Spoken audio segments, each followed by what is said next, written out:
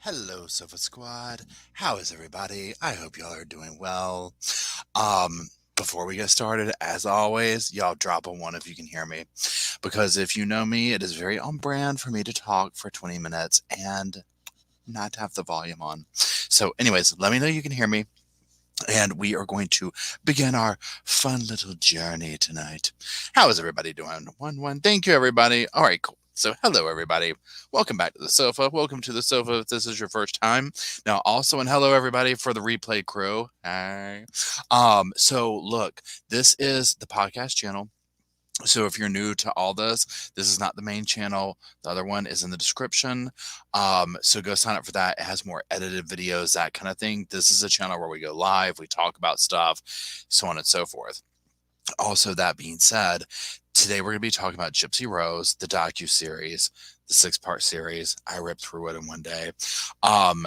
At some point, maybe Monday, or it won't come out tomorrow, but maybe Tuesday, the edited version of what we're going to go over today will be on the main channel. So if you don't like the live chat vibe where it's like I stop and talk and I'm kind of like all over the place, then that's going to be for you. I get it. I'm not insulted. Okay. Now, secondly, first things first, thank you, everybody. The thing going across the screen is obviously not for this channel, but we hit 100K. We're a little over 100K in the main channel. Thank you, everybody, for making that possible. Thank you for people who've been here. Emily's been here from the very beginning. Cement, you've been here from the very beginning. If I'm not seeing other people, but thank you very much. It's been an awesome journey. We will totally be having a celebration. What I'm wanting to do is to actually do the celebration when I can try and get that silver plaque, you know what I'm saying? But from what I've researched, it looks like you have to wait for the scene to pop up and you apply for it and it comes through, and not everybody gets it. They have to like kind of make sure they want to give it to you or something. So we're gonna, you know what, we're just gonna hold off on it. We're gonna see. If it don't come through, we'll still do a celebration. We you know, we'll just make it happen. And on that note, get your cuppeth ready for tonight, y'all. Well, hey Chrissy, how's it going? I hope everybody's doing fine. And welcome, Emily, our moderator, our friend, our lovely lady and staff in chief here. Thank you, Emily, for being here. I hope you're doing well. I hope you're staying warm. I have a heater blanket going, and then I have Roscoe. Roscoe, you want to say hey? Say no, but I will. Say hey, everybody. What's up? Yeah, I'm going back to sleep.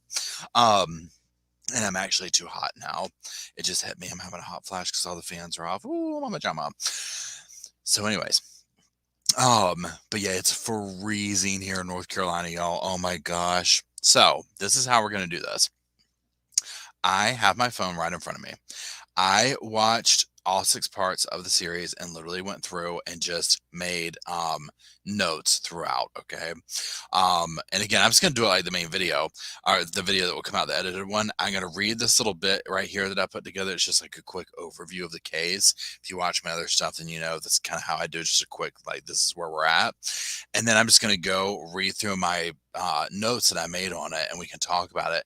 This has been this is all, y'all, you can't turn TikTok on without Gypsy Rose being in front of your face. It is a very bizarre turn of events, the way that this has gone, I guess. I don't think anybody was really expecting her to, I don't know. I don't know what we were expecting, right? It's just, but I think people feel like it wasn't this. So I don't know. Anyways, but I'll get more into my thoughts on it there. So let's go ahead and start with like the overview. And again, I'm just going to be reading from this little script that I wrote. Pardon me. So Gypsy Rose was believed to be a girl plagued by numerous health conditions. Her mother used this to gain sympathy, attention, money, houses, you name it, right? But it was not all that it seemed, okay? One day a Facebook message appears and on their account that they shared, and it says the bee is finally dead. Well, this fuels this investigation. Cops go to the house. They find Dee Dee Blanchard, who was Gypsy's mother, violently unalived, and Gypsy is missing. Now remember, at this time in the game, everybody thinks that she is, you know, this girl who is majorly disabled, hanging on to dear life, uses a wheelchair, all this stuff. So they're like, her wheelchair's here, her medication's here. This is of utmost emergency, but it's also very weird because people are like, why would somebody commit a crime to this level and then take this girl with him. Like, what? So this obviously pops off. Okay, so long story short, it turns out she is hooked up with a guy named Nick, and they find her at his home. Police surround them, they arrest them, they come in, they start the whole thing of like, well, we need to tell you about your mother. She's like, oh my God, what happened? The cops are like, no, just don't even say one more word. So now she confesses, yes, she got Nick, he took the life of her mother, and they were on the run. Now the biggest thing going on here is obviously the fact that she did this, but they're like, people are watching her walk.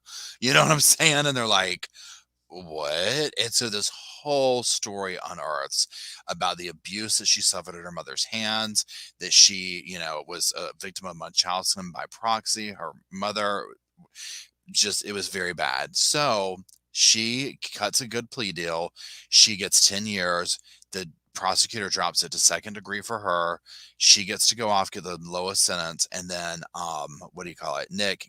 He's in jail for life, prison for life. And Gypsy kind of becomes this figurehead for this disorder from Munchausen. I say it wrong every time. I'm sorry. And while she's behind bars, she becomes this topic of conversation because people are like, they don't know how to feel about it. And documentaries come out about her, The Act, a fictionalized documentary, and all these things. And so it's very, people, it's just that. Okay. So she goes up for parole. She gets paroled out early, and here she is. Now she's out. She's married to a guy named Ryan. Definitely going to talk about that. And she is on a world tour, I guess you could say. It's the most bizarre thing I've ever seen. I expected her to do speaking engagements. I wanted to hear from her. Oh, thank you, Pi. Oh, you got the car. Oh, awesome. Well, thank you for joining, and I appreciate that. And I'm glad you got that. Thank you. Thank you for the super chat. Um, so before we even get into my notes, I'll just say this. So, yes, I 100% consider Gypsy to have been a victim of her mother. I 100% think if things kept going that her mother would have taken her life. So there's that. You know what I mean? I have very, I don't know how to feel about the actions because there's a lot of murkiness as to what level of involvement really took place, meaning like how much was she really involved and how much did Nick do or whatever. And I think we're going to get more to that story when Nick continues to speak out, but we'll see. So when she gets out and she does this, obviously she's promoting the book, she's promoting the docuseries. I expected that, but the way that people came at her, which was like this, I don't know, like just like you see instant celebrity. It's a sign of the times for where we're at in society, right? So that part's completely weird. Recently, she came out with a TikTok. Let me see if I can find it, where she was basically like, "Look, everybody, I've been doing press for the book and for this and." But really the reason I'm here is to be kind of a spokesperson for Munchausen's, and I think she's reeling it in because people kind of know, like, I mean, you did something really, really serious, and while people feel for her and like are willing to give her a second chance, like, look, you had a rough go at it. Like your mom was no joke, right? Like severe. The stuff her mother did to her, is insane. Okay, insane. Um, but there was like almost like, okay, let's take it time to reflect and do this. Well, now people are analyzing um the way she is with Ryan and interviews and things like that. And it's all very interesting. I think that it's going to get worse before it gets better, if that makes sense. I think the way that social media is that um things like this happen. She's a fixation and interest on everybody. And then once everybody gets that, they're going to attack her and she'll do something not on purpose or on purpose. Who knows? Something will happen where people will come lash out at it. They're already starting that, where she like grabbed Ryan's arm in an interview to kind of shut him up or, that kind of a thing. And Isabel brings up an amazing point. I'm going to highlight it here. Hold on, where to go, Isabel? Well, yes, 100% agree with that one. Well, now I can't get it. Oh, wait, here it is. Here it is. Okay, so Isabel says, I think she has no media training and life experience. That's terrible for right now. 100%. This is half the issue that we see going on is there's no media training, which you would think she would have that, right? You would think they would have versed her in this because there's this awkwardness where you're literally seeing like a real person. Now, I don't know if y'all saw this. I saw TikTok. Somebody got them, and this is what I'm talking about, where she has this massive celebrity. Somebody was filming her and Ryan at the grocery store. Hold on, what is this? Hold on. I got Bryce Rhodes going on the other screen there. Sorry. Um, Somebody filmed them in the grocery store and she's pushing the cart. He's got a sweat rag on his shoulder. Bless his heart. But that's what I'm talking about. Like, it's this level of infamy that, it's just a off the hook. So, all that being said, there's some of my quick opinions. Obviously, y'all know me. I'm going to be giving you my opinions throughout. So, let's read through here and just go through some of the notes that I made on the docuseries and talk about it. So, it starts off the docuseries. If you haven't watched it, it's a 6-part series, and it's like her being interviewed in prison leading in 24 hours before her parole. Okay. Let me drink it from the cup real quick. Um, and so where is it? Starts out 24 hours before her parole. She looks nervous, describes the abuse her mother inflicted, and says she began to feel like it was her or me. And again, I'll stand by that. Her mother would have taken her life. Her mother was getting desperate. I could have seen her mother doing something to have her legs removed. Like, it was bad. So there is this level where, and you look at some of these cases too that we've seen come through where these women have killed their abusers, but not in the moment.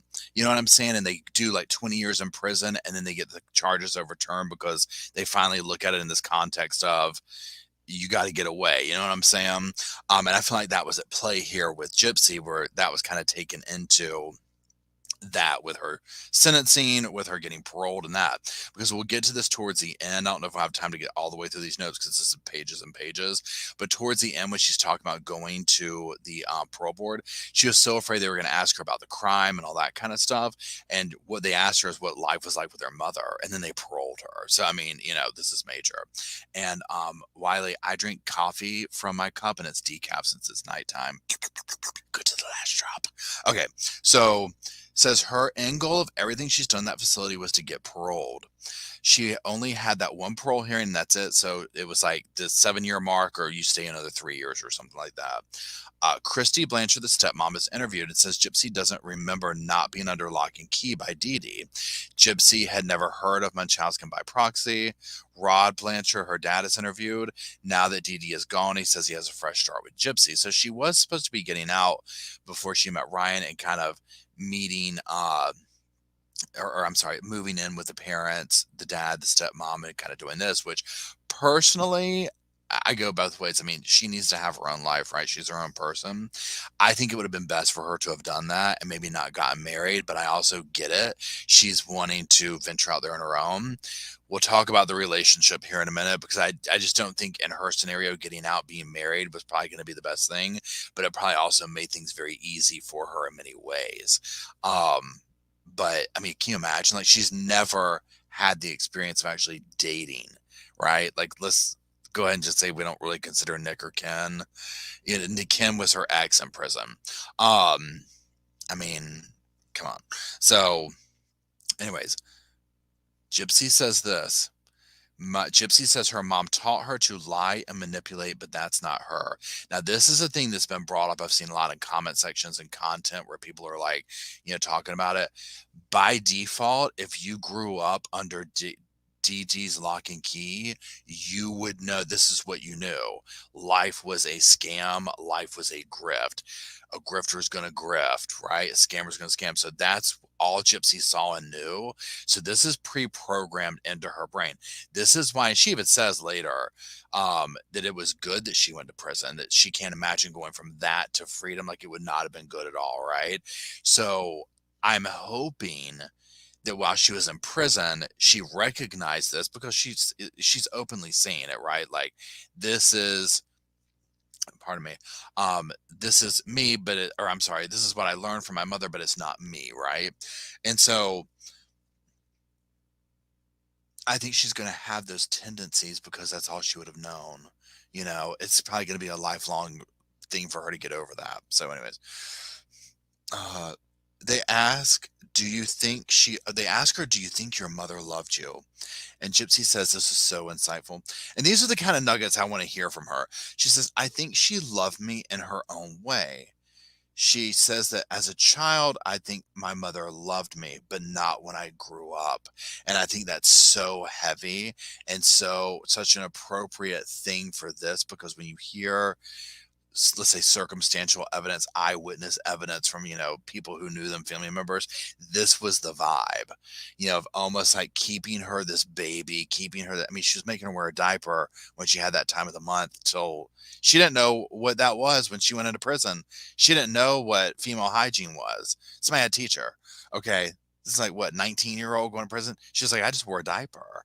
I mean, so that's where Dee Dee kept her. You know what I'm saying? Anyways, she says she's still learning so much about what happened to her from other people because her mom kept so much from her. We just said that, The dad says he was 17 years old. Now, this was interesting to me. The dad says he was 17 years old when he was dating Dee Dee Blanchard, who said she was 21, but she was really 23 years old. They only had been dating 3 months when she told him she was pregnant with Gypsy. She was 23, dating a 17-year-old, but telling him she was 21. You do the math on that. Very quickly, pardon me, they didn't last long, right? So, but that part right there, my mouth is on the floor, y'all. So he's 17 years old, becoming a dad with Dee Dee Blanchard. Okay, he's lucky to be alive, right? Okay. Gypsy said that hold on, I'm sorry, I read this wrong. Gypsy said that the most devastating failure to her mother was losing her father, so Rod, the guy being interviewed, and that her mother blamed her for losing the father because she wasn't the son that he wanted. Stuff like that breaks my heart. Like, take aside all actions, all this kind of stuff. That is so sad for someone to have that trajectory. And to be that feeling for a parent to put that on somebody, like it's your fault. You know what I'm saying? Can't roll my damn eyes hard enough. Dad says when Gypsy was just a tiny little newborn that Dee Dee had her tested because she was having trouble sleeping. Turns out she had some kind of sleep apnea. Another family member did back this up. There were some legitimate things with, I keep mixing it with Gypsy. The eye thing, we'll get to that maybe next. That were legitimate and could have been triggers for Dee Dee to, number one, learn of the attention she got, things of this nature. Let's keep going. So Claude Petrie, Dee Dee's father, is interviewed and says after the divorce, Dee Dee moved back home and said that Gypsy had a machine. The alarm would come on when she would stop breathing and this kind of thing. Some kind of sleep apnea. They talked to Gypsy's pediatrician and says that Dee Dee can never produce. So this is a guy that they came to after Katrina. Says that Dee Dee can never produce Gypsy's previous medical records. Now they're showing them to him for the first time, allegedly. And of course, it's vast. And he says if he saw the things, then probably, if he had known this back then, things probably would have been much different. The doctor says that the issue with Gypsy's eye was something that did require surgery or she would go blind, and he suggested this might have been where the Munchausen's by proxy came about. Ellis Pierre, Gypsy's uncle, speaks and says Dee Dee would look up diseases and be like, maybe she has that.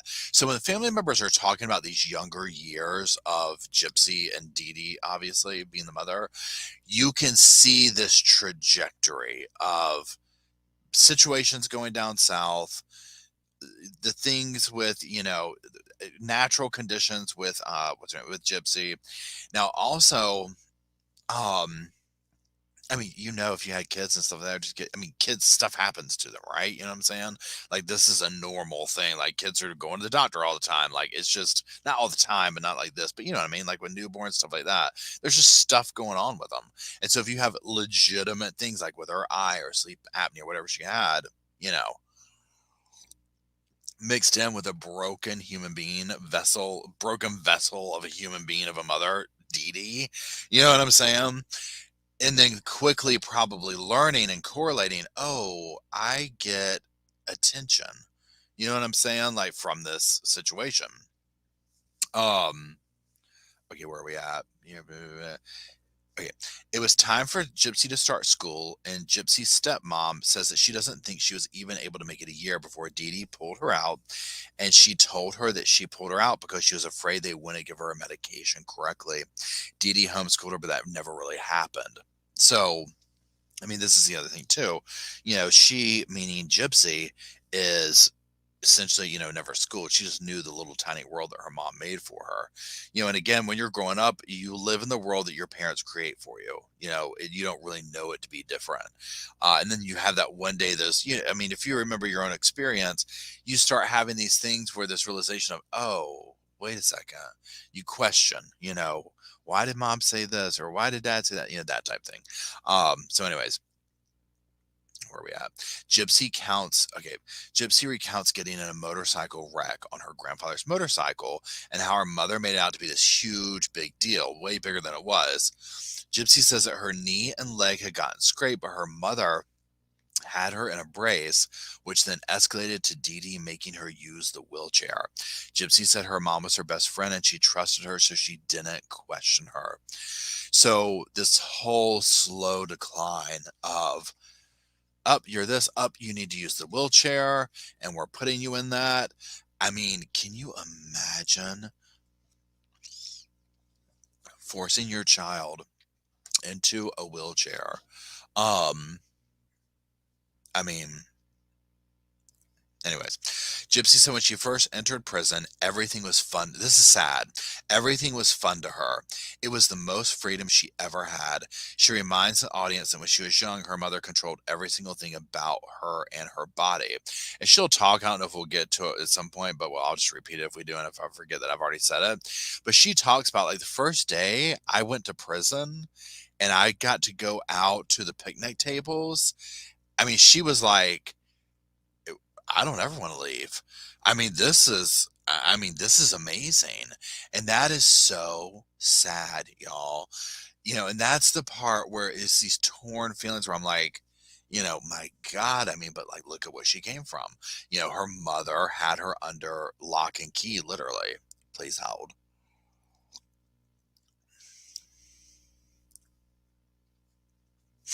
Okay, where are we at? Gypsy's sister. Okay.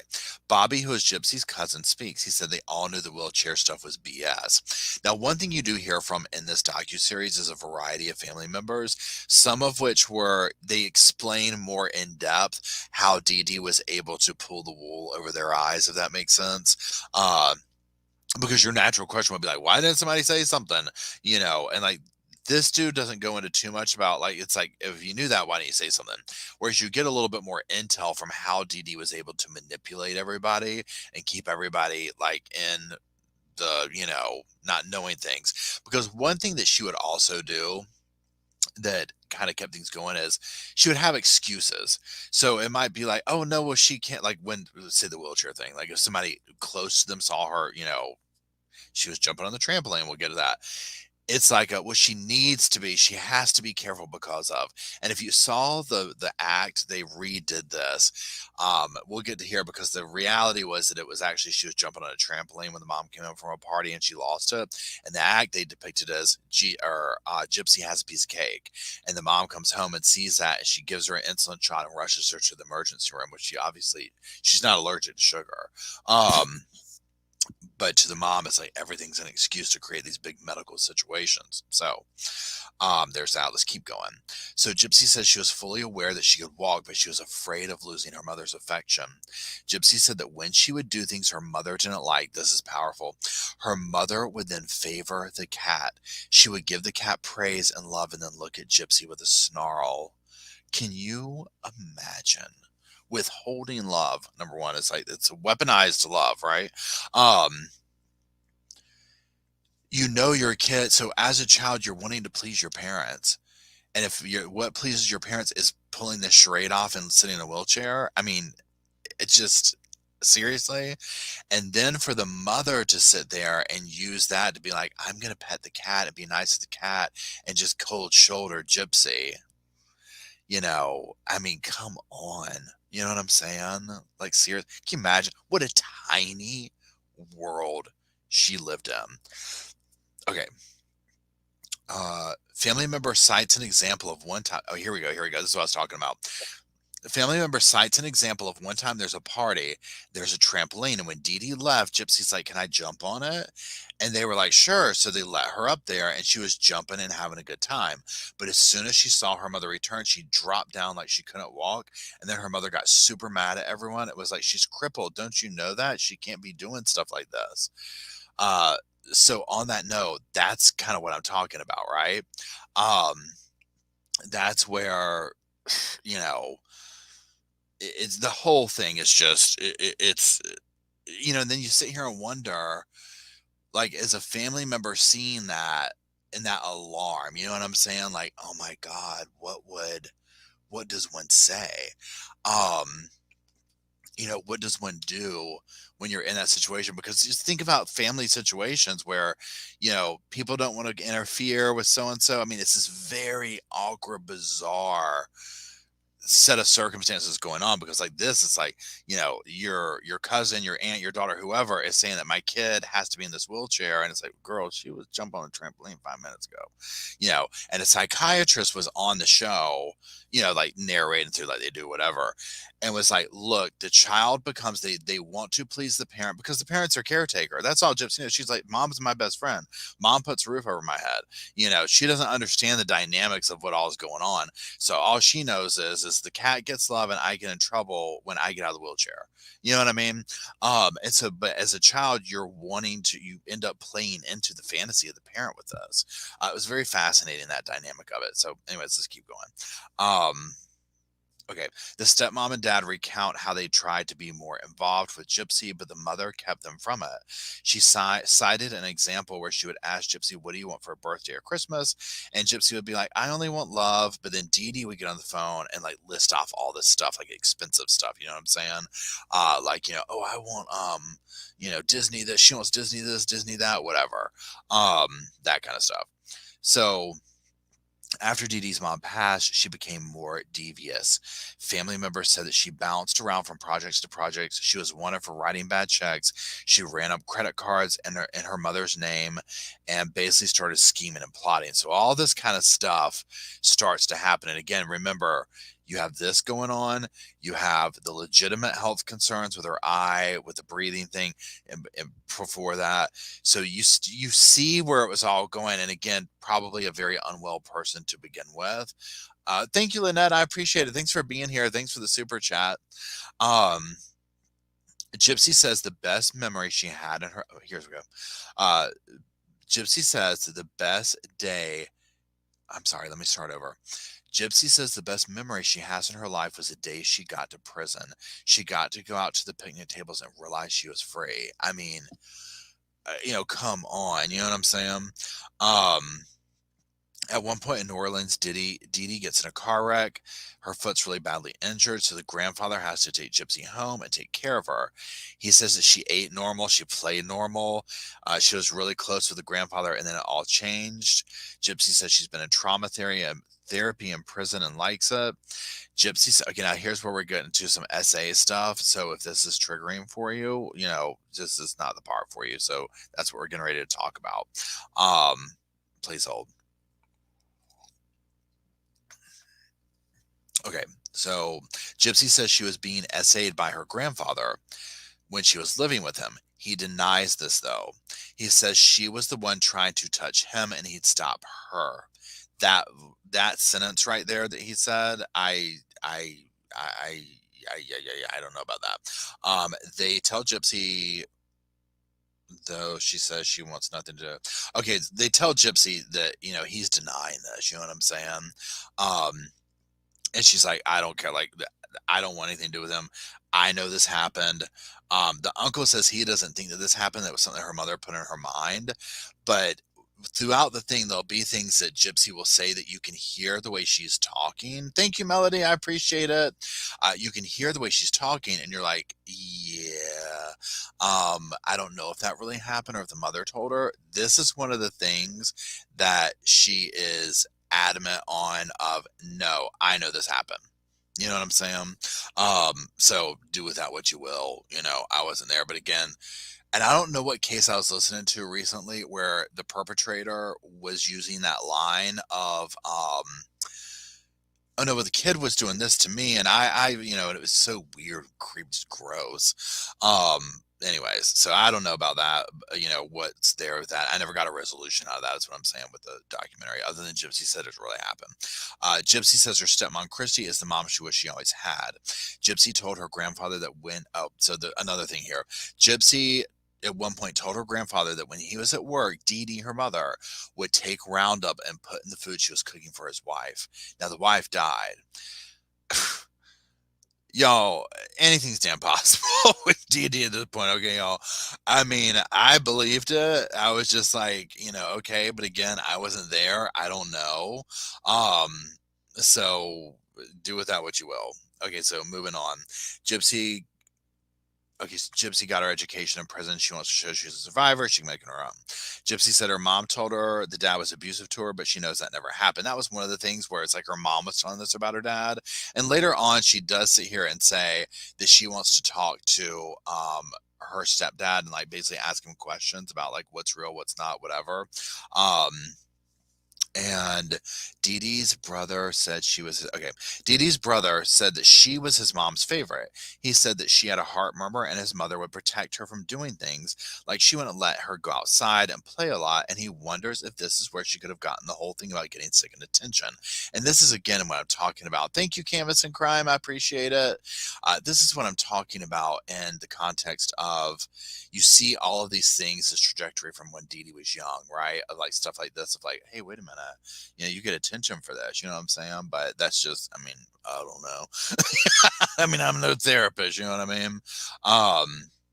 So there's that. Okay, Gypsy says that she always saw her. Wait. Gypsy says that she always thought her mom cared about her, but then began to realize that her mom didn't teach her basic things about caring for herself. And this is what I was talking about earlier. She never taught her to use, we'll just say, feminine hygiene. She didn't know what feminine hygiene was until she went into prison. And this is where I was speaking earlier. Her mom would, during that time, make her wear a diaper. And this was her whole life. Like, she didn't know any different until she got to prison. Hurricane Katrina devastated their home. They stayed in a shelter for a little over a month and got life flighted out to Missouri. Gypsy was 14, but her mom was telling her she was 12. So all throughout this, as well as documented with doctors and whatnot, is the mother keeping Gypsy mentally thinking she's much younger, and then other people. And we'll get to that maybe in a minute where they're talking about her birthday and there's some drama with not wanting people to acknowledge it's her birthday. Because remember, for Dee Dee, I mean, she's making a lot of money off this, number one. They're getting houses and all this free stuff. So at one point, we'll talk about it in a second. It's coming up here. But it did not benefit Dee Dee for Gypsy to get old, is what I'm getting at. Okay, so once they move to Missouri, wait, no, hold on. I'm sorry. I skipped over. So this is during doctor visits. Her mom okay, so they talk about the signals. So during doctor visits, her mom would give her signals to shut up, such as squeezing her hands or putting her arm around her shoulder. And she would tell her when they do the reflex testing on her legs to make sure that her legs stay super still. Okay, now one thing, I don't know if you've seen it or not, but if you're on Insta, TikTok, whatever, one of the things going around is people looking at this interview between her and Ryan, where Ryan starts to say something like, yeah, well, it's really hard. And Gypsy reaches over and nudges him. And you can completely see it on her face. Like she's like shutting him up, right? So everybody's comparing this behavior to what we're talking about here, where, okay, it's like she's talking about Dee Dee controlling her with like, like, shut up, kid, like, don't move your leg, don't do it, whatever. And then people are like, well, look, she's doing the same thing to Ryan, controlling what he's saying, this type thing. So, interesting is all I'm getting at. Let's keep going. Okay, so once this move to Missouri happens, she, meaning Dee Dee, says the medical records are all gone due to Katrina, and she becomes the sole source of medical information on Gypsy. Her pediatrician says he was very concerned about the cancer claims. Marcia Smith, a family friend who worked at a hospitality house for the hospital, has letters from Gypsy. She really loved her. She says Dee Dee told them that the dad was out of the picture because he was a bad man, and during this whole time, the dad step on her actually trying to find them. Oh, the dad and the stepmom were actually trying to find them, but they couldn't. Like they thought they had disappeared because of Katrina, and then they just kind of popped back up into their life. So again, Dee Dee was very good at just kind of going off grid, reinventing, coming back to here. And of course, I mean, you think about situations like this, whether it be Katrina, 9/11, mass devastation, people can kind of start over in some ways. You know what I'm saying? And so this is what she chose to do. Like, hey, we lost the medical records. I mean, let's run with this. Okay, so it goes by the pediatrician talking about how to. I know we're good. Okay, so basically the pediatrician is talking, saying the whole thing about the medical records, this, that, and the other, and basically like, well, without these, we're just going to start testing her for all these conditions that she allegedly has, or cancer, all this. And it's like, she doesn't have cancer, she doesn't have this, kind of a thing. They can't find any muscle issues as to why she would be in a wheelchair. They send her to a neurologist. The neurologist does a bunch of MRIs, they all come back normal. And he says that he asked her to stand up, and she does not. Gypsy said she doesn't remember that happened. He says Dee Dee got super mad at him. He was already concerned about the Munchausen's by proxy, and he regrets not reporting. I mean, as he should, right? Please hold. Now, here's the thing with this, and I was watching the scene from the act earlier, and if you've watched it, it's a fictionalized version, but it's where they separate Gypsy and Dee Dee at the hospital, the doctor's office, whatever you want to call it, and the doctor's basically like, look, walking her through it, like, I know your mom loves you, but I think you might not be allergic to sugar. Drink this Coke. And the actress was so amazing, Joey King, I think it was. And she's basically like, well, my mom's my friend, and I don't want to. And you can just see that moment. I would give good money to know how it really played out, because it was probably very similar to this, where it's like, I don't want to do that, because you have to too. I'm thinking, just as a kid, even a teenager, like, your reality would be shattered even if you were questioning it at that stage in the game, right? Because at this point, she wasn't really trying to do, she meaning Gypsy, like escape or anything like that. You know what I mean? So that part to me was just fascinating, because she won't drink the Coke in the show, and she doesn't stand up for the doctor here. Uh, and so, yeah, anyways, this part was just awful to me. Gypsy had her salivary glands removed, which caused her teeth issues after the surgery. She's given pain medication, and she becomes addicted to the pills. Now, this part was very interesting to me. Um, because I did not know the depth of her pain addiction, or pain pill addiction, which I think she does try and use as a slighted and excuse for some of the stuff. Please hold. During this interview. So, there's that. When she first got to prison, she got hooked on cigarettes. Psychiatrist speaks with, or psychologist, whatever he was, speaks with Gypsy. He asked her what her coping mechanisms were for things, and she says the first couple of years she was in prison, she used drugs. She tried Suboxone, and says it gave her the same high as taking pain pills. Gypsy said that at one point she owed a woman $50, who was then coming to her for the money. Gypsy called her stepmom and told her that she broke the woman's CD player, and asked her to send the $50. Eventually, Gypsy came clean to Christy, the stepmother, and then she got clean and sober. Now, this is what I'm talking about here. So if you have this level of addiction to pills or whatever, she's going into prison, and she's pulling some of this stuff there, and then like working over the stepmom to get money and stuff like that. I mean, there's no telling how deep that went, is what I'm getting at. Okay. There's probably stuff that they're not going to share publicly or whatever. Because the fact that she told this story, I think there's probably more of this behavior behind the scenes. Because if she had like, there's this unfettered pill addiction, I mean, come on, this could have gotten really nasty. You know what I'm saying? Um, Okay, so it's back to the pediatrician. Now, one reason I skip around in this is because I'm literally making notes as the documentary is going, and you know how they are. They jump from person to person. So that's why it's this way. They talk about Dee Dee's scams, specifically the Habitat for Humanity when they got a free house. She had zero, like, there was no, like, she did not care, Dee Dee. She was going to get up there and do that hammer and shake her head and shake hands and take that free house, right? No shame in her game, right? She ain't nothing embarrassing this woman. Okay, ain't nothing embarrassing her. She's going to do it. Okay, so the pediatrician speaks again. He says that over time, the nurses came to him with 3 different documents. On each of them, she had a different birthday. The doctor gets upset in the moment when asked why. He says this is like he's visibly upset on TV. When asked why he's upset, he's reliving the emotions that he had during that moment of realization that something really bad was going on. There's a question that everybody wants to know of Gypsy. She's talking about going to the parole hearing tomorrow, and she says, I know they're going to ask the question that everybody wants to know. Why didn't you just stand up? Why didn't you just say something? She said she'll have to be honest with them and tell them she was scared of her mother. And I mean, this is a question that everybody kind of has, because here's the how do you say it? The contradictory, or the, however you say that word, the contradiction. When you listen to her story, and she's talking about it. And again, no doubt she has, I would be afraid of Dee Dee too. And her experience has been when she's run away, she's brought back and the abuse gets worse. So there's that, right?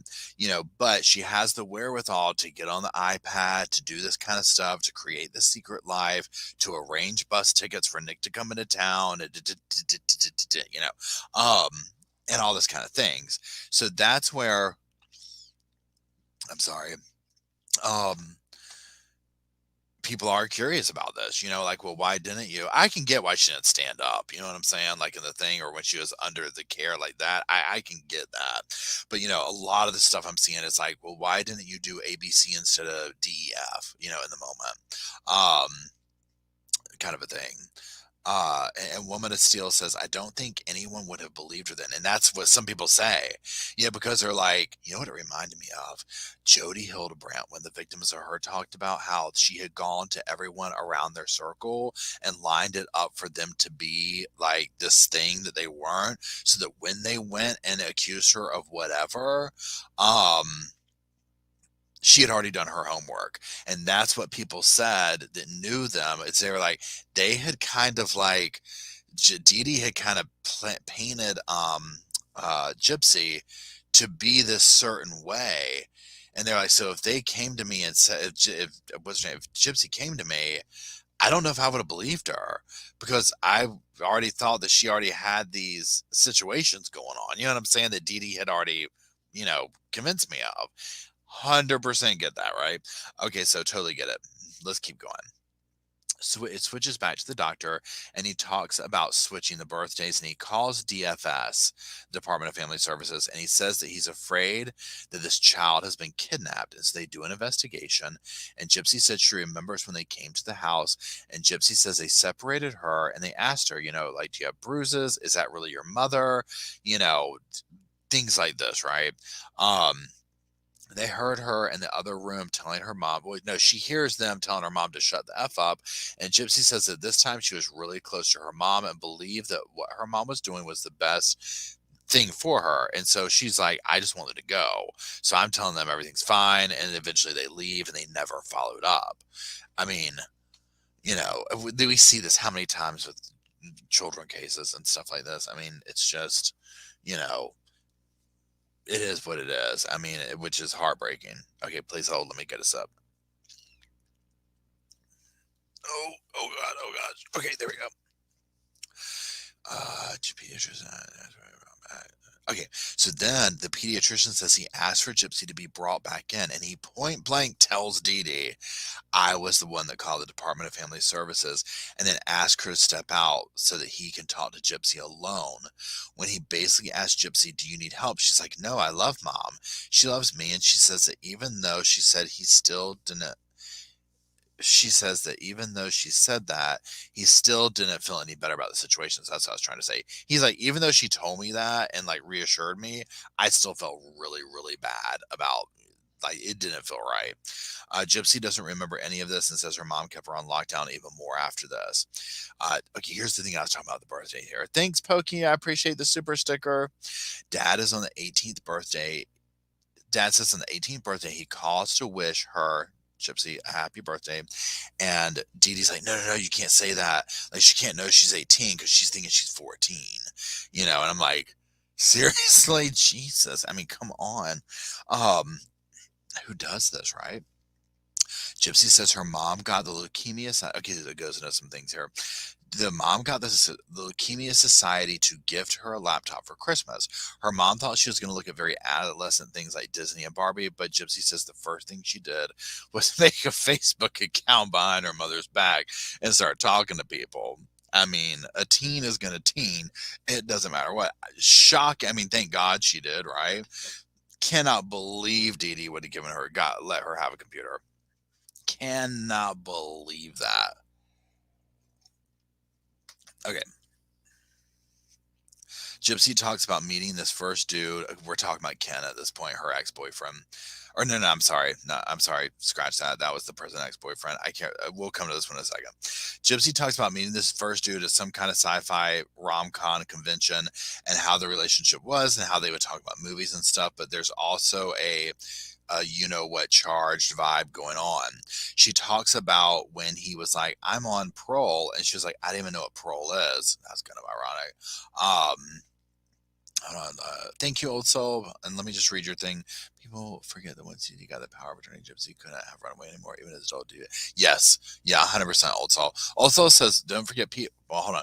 People forget that once Dee Dee got the power of attorney, Gypsy couldn't have run away anymore. Even as adult, Dee Dee was her legal guardian. Yes, that towards the end, and Gypsy will talk about this, that she knew, like, this is a wrap. Like, she has complete control over me.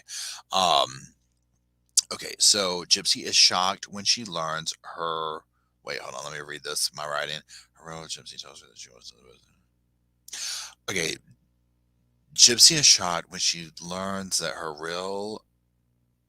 I did this wrong. Sorry, I make these notes while I'm watching it. So Dee Dee is shocked when Gypsy's basically like saying, I want to live as an independent woman.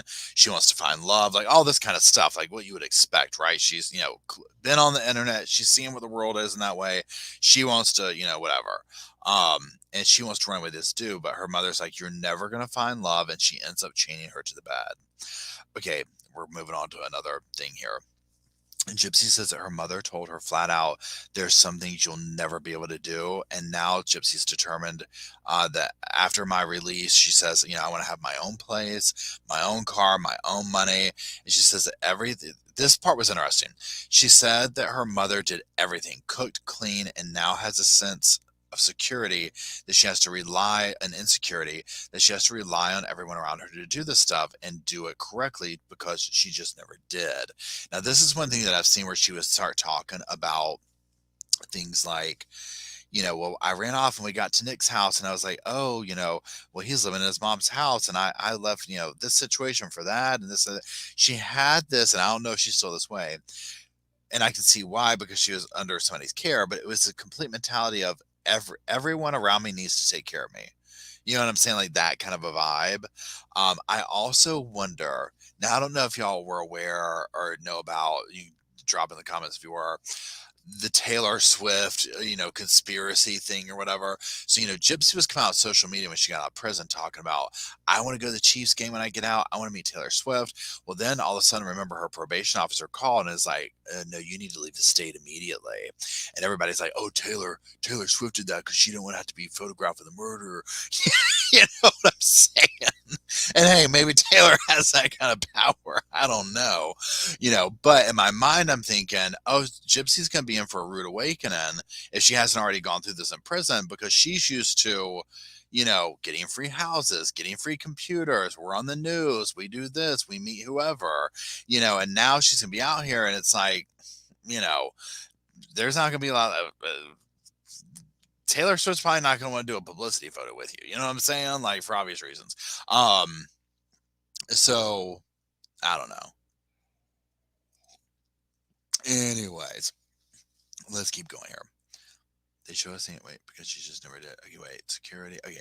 They show a scene of her talking to her dad from prison, and he asked what she needs of him as a father. And she says the mother told so many lies that she needs to have some hard conversations to sit through the truth. And he says, I'm not trying to pick any bones about it. I should have checked on her, but it was hard to not believe Dee Dee. She had everybody fooled, the doctors, authorities, everybody.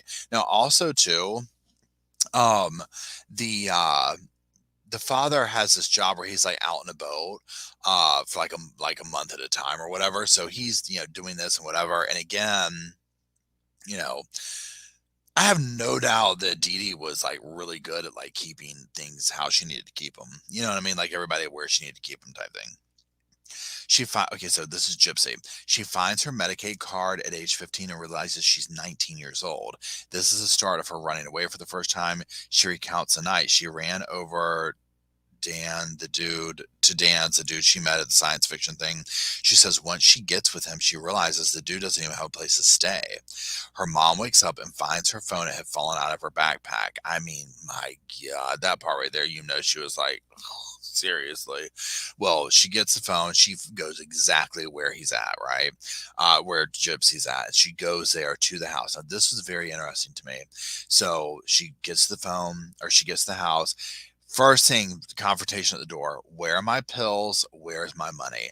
Gypsy had taken her pills and like $5,000 or something like that, or no, it's like whatever money she could get her hands on. First things the mother wants. So it makes you wonder also if the mother was strung out on pain pills too, because this is where, you know, this is where Gypsy was getting them from, right?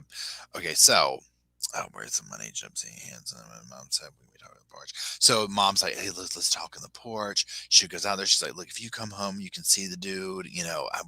Look, just come back home. Let's do this. So they do this. Well, it does not go well. Now, first of all, about the birth certificate, she's like, my mother stopped into a Staples, had the birth certificate, comes out, and it's basically like, look, see, you're really this age. Clearly, the mother had forged the thing, maybe made a copy of it. Gypsy believes her. Once they're home, Dee Dee chains Gypsy to the bed for 2 weeks, smashes her computers and everything. After the runaway, Dee Dee would actually start to hit her at times as punishment. After being chained up, Gypsy says her mother put a hex on her and a voodoo spell. She got a mason jar and hung a picture of her and Dan and some of Gypsy's menstrual blood in it and buried it in the backyard and told her she would never find love. And Gypsy says that she thinks it's true because every time she gets close to someone, they leave her and she gets emotional at this point. Okay, so that being said, let's do some we might have to end up doing this one because I'm gonna have to go in a few minutes. And there's like a way more to go through here. So we're probably going to break this one up into 2 sessions is what I'm getting at. But let's talk for a few minutes about kind of what we've gone over or whatever. So again, I have no doubt that Gypsy was subjected to some insane stuff at her mother's hands. 100%, right?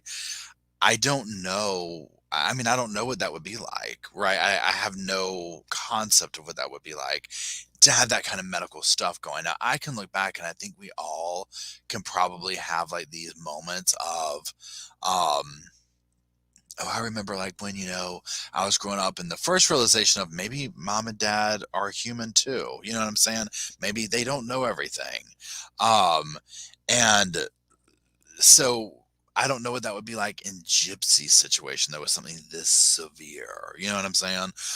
Where it's like, your mom is having unnecessary surgeries and this, that, and the other, and taking total control over your body and your mind and all this type of stuff. So, that part, I don't know. Let's talk about Ryan for a minute and the relationship. Okay. So again, first of all, I say this every time I talk about this. If you have any of y'all watched Love After Lockup, and if you haven't, it's a reality TV show. I don't even know if it still comes on. Okay, but it's basically following these prisoners who find love, and it's following them from being in prison to getting released to their person. Okay, please hold. Well, most of them don't end well. Okay, it doesn't end well for obvious reasons, right?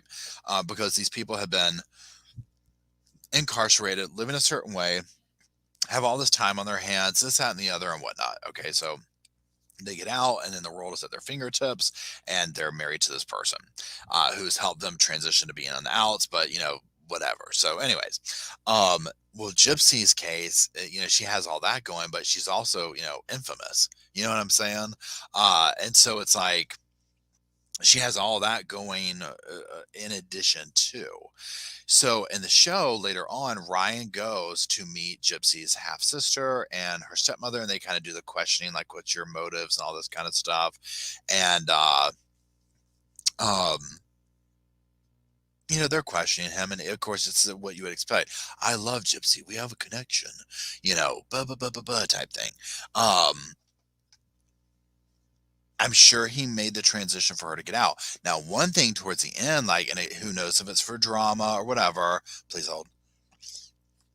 But she gets caught talking to her exes and stuff like that days before they're getting married, and I mean, and then gets upset talking about, you know, um, consider us separated right now. I'm sorry. Some of it I was just like, what? We're separated? Well, one thing too that he talked about, Ryan, they had some little spat like 3 months after they got married. And again, it came down to her talking to other dudes. And this is the part that I wonder about. So this is what Ryan says. He's like, well, we've been married for 3 months, and after the honeymoon period wore off. And I was like, what? The honeymoon period wore off. I'm like, what changed? You know what I'm saying? Nothing's changed. Like, literally, she's still in prison. Like, nothing has changed. You have not consummated the marriage. Literally, you just have a piece of paper. So, I'm just like, I'm not getting what happened. There's like some kind of, honeymoon period. But, she gets upset over something that's like, oh, I shouldn't have done this. They're talking about annulment and this, that, and the other, and I'm just like, oh my gosh. So here's my concern. She gets out, the world is her oyster for the first time ever, right? She is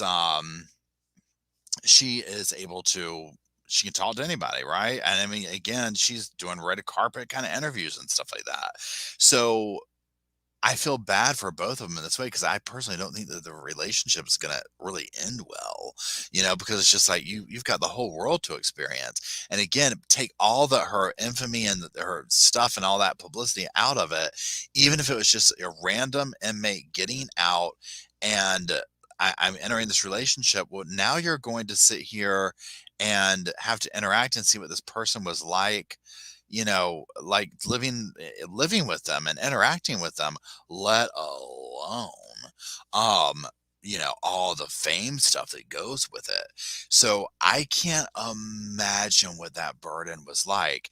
And again, I just feel like a certain time she's going to want to, like anybody would, to be single. Like, once she gets that footing, and again, that's just where I go back to, oh my God, Amy, I have to stop y'all. Okay, so Amy says the D is fire. Y'all, I've seen that clip on TikTok so many times of this interviewer talking to her, and she's like, just living my best life. You can't bring me down. And the D is fire. And I'm like, that's the clip.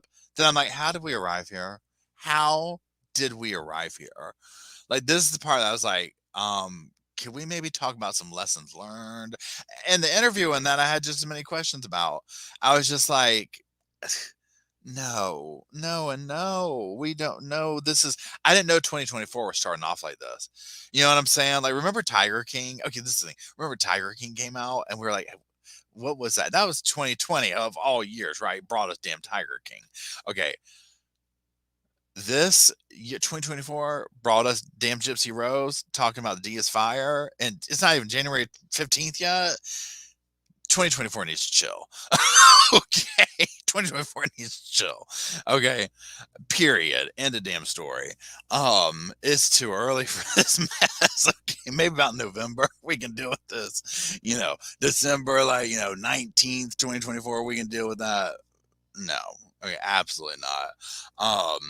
So yeah. So anyways, I don't see how the relationship will last, but again, and it's not just the Gypsy thing. I mean, that elevates it, but any situation like this would take so much to get through, and so I just hope that it's not like this jumping from one thing to the next for both of them, right? Because I think I saw somebody earlier say that he like married her on a dare or something. I mean, it kind of, the way he describes it is, and he brings up Tiger King, and like his friend was, whoever it was like, I'm gonna write Tiger King, and he said, I'll write Gypsy Rose.